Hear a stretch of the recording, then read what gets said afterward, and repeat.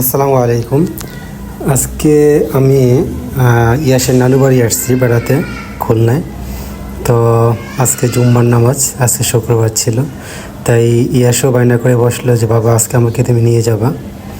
তো শেষমেশ ওকে গোসল করিয়ে তারপরে আমি রেডি হয়ে নিয়ে যাচ্ছি।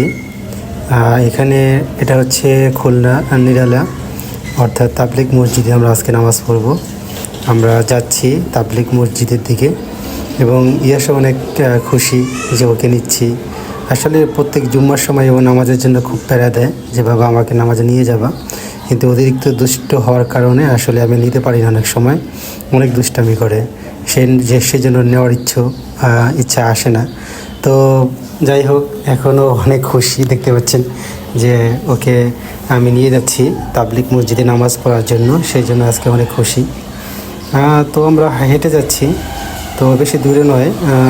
তাবলিগ মসজিদে যেতে ইয়াসের নানু বাসা থেকে প্রায় আপনার 2 থেকে 3 মিনিট লাগতে পারে সর্বোচ্চ।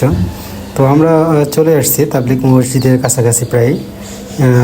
তো আমরা এখন মেন রোডে উঠবো। মেন রোডে উঠে এই মেন রোডটা আমরা পাড়ি দিব এবং পাড়ি দেওয়ার পরেই আসলে দেখা যাচ্ছে যে তাবলিগ মসজিদের যে গেটটা, এটা আসলে অনেক মুসল্লি হয় এবং এখানে প্রায় 1000 লোক হয়, আশা করা যায় যে 1000 লোক হয়। এই মসজিদটা আসলে আমার কাছে খুব ভালো লাগে, খোলামেলা। তাই এমনিতে নিয়ালে আরও মসজিদ আছে, কিন্তু ওগুলো অনেক 3 তলা 4 তলা 5 তলা পর্যন্ত আছে। বাট আমি সবসময় এখানে আসলে যখনই থাকি তখন আমি এই নিরালা মসজিদের যে তাবলিগ মসজিদ, এটি আমার খুব পছন্দ আর কি। এটা খুব ভালো লাগে, কারণ হচ্ছে এটার পরিবেশটা খুব ভালো এবং খুব খোলামেলা। তো আমরা সেভাবে রাস্তা পার হলাম, ওপার থেকে এপারে আসলাম, যেহেতু মসজিদটা রাস্তার ওপারে। তো এখানে অনেক দোকান বসে, যেহেতু শুক্রবার জুম্মার নামাজ, এখানে ভ্যারাইটিস আকারে খাবার দাবারের দোকান বসে। তো আমরা মসজিদে যাচ্ছি। মসজিদে যাওয়ার পথে আসলে অনেকের সাথে দেখা হয়েছে আমার, যারা আমাকে চেনে। তো যাই হোক, ইয়াসকে নিয়ে আমরা মসজিদের দিকে উঠতেছি। ইয়াসও অনেক খুশি যে বাবা মসজিদে নিয়ে আসছে। তো যাই হোক, আমরা যাচ্ছি মসজিদের ভিতরের দিকে। তো ইয়াসকে বললাম যে তুমি জুতা খুলে নাও, তারপরে আমরা মসজিদের ভিতরে ঢুকবো এবং নামাজ পড়া শেষ হলে আবার আমরা আমাদের বাসায় চলে যাব। তো সেই মতে ইয়াসও সুন্দরভাবে জুতাগুলো খুলে নিল এবং আমার সাথে ও ভিতরে ঢুকলো এবং আজকে মুসল্লির সংখ্যাও ছিল বেশ ভালো। তো যাই হোক, আমরা নামাজের জন্য প্রস্তুতি নিচ্ছি, মানে খুতবা শেষে নামাজে দাঁড়ায় গেছে, তাই আমরা নামাজ পড়ব। নামাজের ভিডিও তো করা সম্ভব হয়নি। তো যাই হোক, নামাজ শেষ, এখন আমরা বের হয়ে যাব ইয়াসাগামী। তো বের হওয়ার পরে ইয়াসে অনেক বায়না করলো যে বাবা আমি কিছু খাবো। পরে আমি ওকে বললাম যে ঠিক আছে বাবা, তুমি কী খাবা বলো। তো আসলে ওকে বাইরে খাবারটা খুব খাওয়ানো হয় না, কারণ ডক্টর বলেছে যে ওর বাইরে খাবার একেবারেই নিষেধ। তো যাই হোক, তারপরও খুব বাহানা করতেছিল, না খাওয়ার কোনো উপায় ছিল না।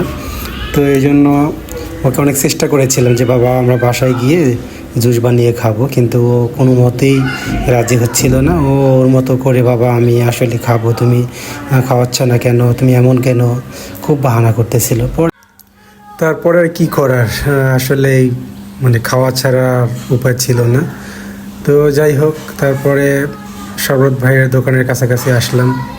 তো বললাম ঠিক আছে বাবা, তুমি যেহেতু খাইতে চাচ্ছ তো সমস্যা নেই, তোমাকে খাওয়াবো। তারপরে ও ভীষণ খুশি যে ঠিক আছে বাবা খাওয়াবে। তাই এখন তারপরে আমি ওকে বললাম, জুস যে বানায় ওনাকে বললাম যে ঠিক আছে ভাই, ওকে একটা জুস দেন। তো ও বললো যে অ্যাপেলের জুস খাবে। তো সর্বতলা ভাই অ্যাপেলের জুস বানাচ্ছে। তো অনেক খুশি হয়েছে যে আমার আশা পূর্ণ হচ্ছে। তো ওকে দিল, বেশ ঠান্ডা ছিল। ও পেয়ে খুব খুশি হয়েছে, বললো যে হ্যাঁ বাবা। তা খাচ্ছে, খাওয়ার পরে বললো হ্যাঁ বাবা খুব মজা। আসলে বাইরে খাবার যেমনই হোক, আসলে বাচ্চা কাচ্চা যারা রয়েছে তারা সবাই কিন্তু বাইরে খাবার খুব পছন্দ করে। তো বাবা ওই মিষ্টি ছিল মোটামুটি এবং ঠান্ডা ছিল। এখানে 2 টুকরো অ্যাপেল কেটে দিছে এবং খেজুর ছিল, এবং সাথে তকমা দানা ছিল আর চিনি ছিল। তো ও খেয়েছে, বেশ খানিক খেয়েছে, পরে বাকিগুলো আমি খেয়ে নিয়েছি, কারণ সব খেতে পারতেছিল না, ছোট মানুষ। তো যাই হোক, আজকে আসলে ও বাইরে আসলে সবসময় বায়না করে থাকে, তো এই জন্য ওকে খাওয়ানো লাগে বিশেষ করে। তো যাই হোক, সবাই ভালো থাকবেন, আজকে এই পর্যন্তই। আবার অন্য কোনো ভিডিওতে দেখা হবে। আমাদের জন্য দোয়া করবেন এবং আমার আত্মীয় স্বজন যারা রয়েছেন, বন্ধুবান্ধব এবং আমার পরিচিত জন যারাই রয়েছেন আমাকে চেনেন, অবশ্যই আমার এই চ্যানেলটি সাবস্ক্রাইব করবেন এবং পাশে থাকবেন, লাইক করবেন, শেয়ার করবেন। যেহেতু আমি নতুন ইউটিউবার, অর্থাৎ সেই হিসাবে এই ছোটোখাটো ভিডিওর মাধ্যমে আমি আপনাদের মাঝে আসব এবং মনিটাইজেশন পাওয়ার পরে অবশ্যই ভালো ভিডিও নিয়ে আপনাদের মাঝে আসব। তো সেই জন্য সকলের কাছে দোয়া চাই। আসসালামু আলাইকুম, আল্লাহ হাফেজ।